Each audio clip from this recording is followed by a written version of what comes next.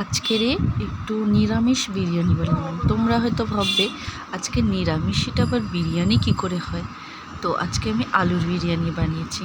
না আছে তাতে পেঁয়াজ, না আছে চিকেন, আর না আছে কোনো মানে পেঁয়াজ আর মাংস ছাড়াই আজকে আমি আলুর বিরিয়ানি বানিয়েছি। তো আজকে আমি এটা আসলে শুক্রবার নিরামিষ খাই, আজকে শনিবার।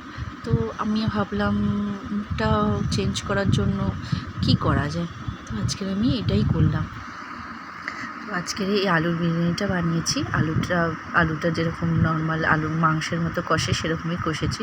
পেঁয়াজ টেয়াজ কিছুই দিইনি, না রসুন দিয়েছি, কিছুই দিইনি, জাস্ট কষে আর যেরকম বিরিয়ানি লেয়ার করে সেরকমই দিয়েছি। দিয়েই আজকে আমি তারপর দমে বসিয়ে করেছি।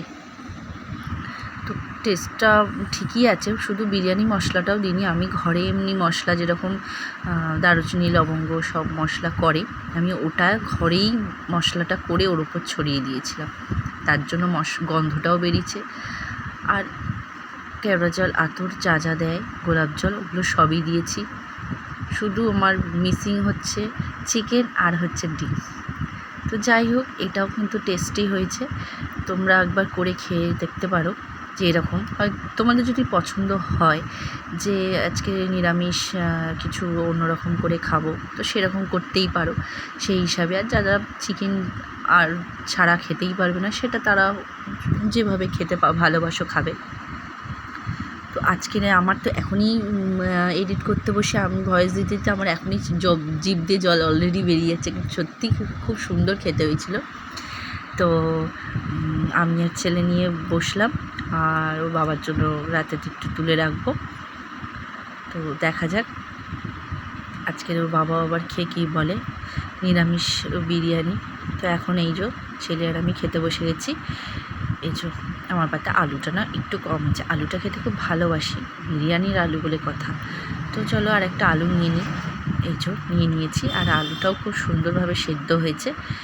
তো চলো আজকে আমার নিরামিষ এই বিরিয়ানিটা কেমন তোমাদের লাগলো অবশ্যই জানিও। তোমরাও কিন্তু তোমাদের ইচ্ছে হলে খেতে পারো, দেখবে খুব খারাপ হবে না, টেস্টি হবে। কারণ আলুর বিরিয়ানি যারা খাও তারাও তো এইরকমই খাও, তখন তো চিকেনটা তো থাকে না, কিন্তু এটা কিন্তু ওইভাবেই খেতে পারো। তো চলো আজকে দুপুরবেলার আমরা খেতে বসেছি, খাচ্ছি।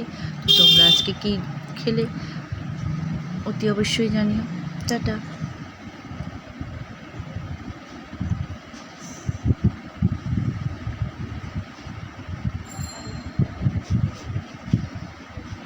আলুটা কিরকম সিদ্ধ হয়েছে দেখেছো? খুব ভালো সিদ্ধ হয়েছে, বললাম না।